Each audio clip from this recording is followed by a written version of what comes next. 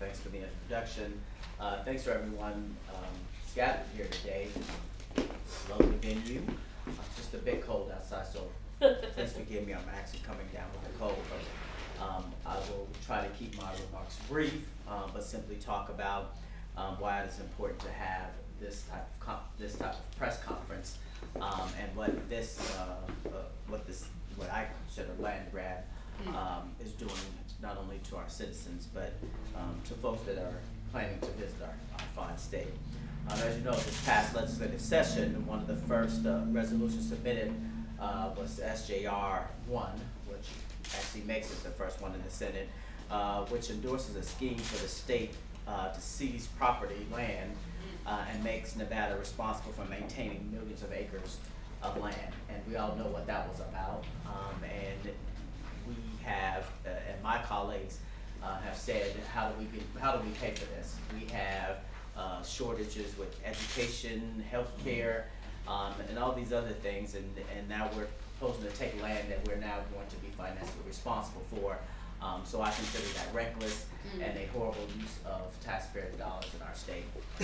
And I said that not only in session, but we had a few press conferences during session where we maintained that as well.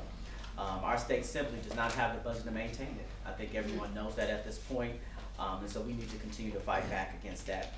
I find it funny that Cliven Bundy and his militant groups consistently break the law. They've broken the law on more than one occasion. I do know that the folks that I represent, and I'm sorry to say this, commit less crimes and are behind bars. And so at some point, maybe the federal government needs to do what they need to do and make sure that he's behind bars with his group as well. Clive and his family, as well as his group, even came to Carson City last year to try to push through and settle their agenda with the Nevada legislature. And again, we fought pretty hard against that. They marched in front of the Capitol and said that we needed to take our land back. We needed to take our land back from the federal government. But let me tell you this, it was never their land to begin with. So I'm not sure what they're talking about. The Bundy land management plan is to exploit our resources without any safeguards in place at all. And so, again, it's a reckless, well, I wouldn't even call it a plan. I would just call it a self-serving agenda. And we've never went for anything like that in the state, and I think we need to continue that. I voted against SJR 1, as you are aware, but many of my Republican colleagues did not, and it passed. And so the fight is not over in Nevada, and we need to know that elections have consequences.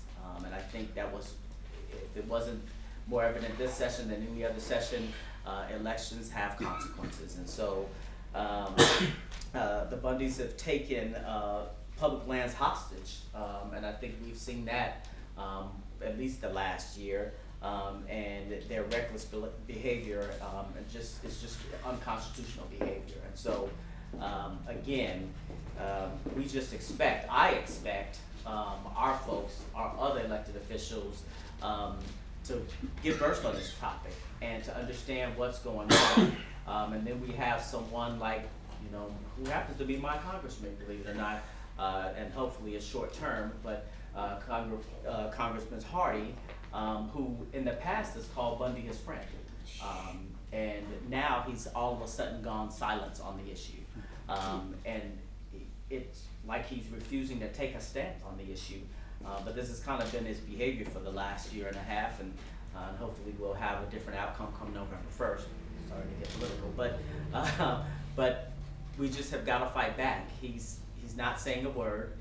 He's not fighting back. He actually hasn't endorsed or even come out against it, I believe. I think he's just kind of became silent on the issue because, as he said, it's his friend.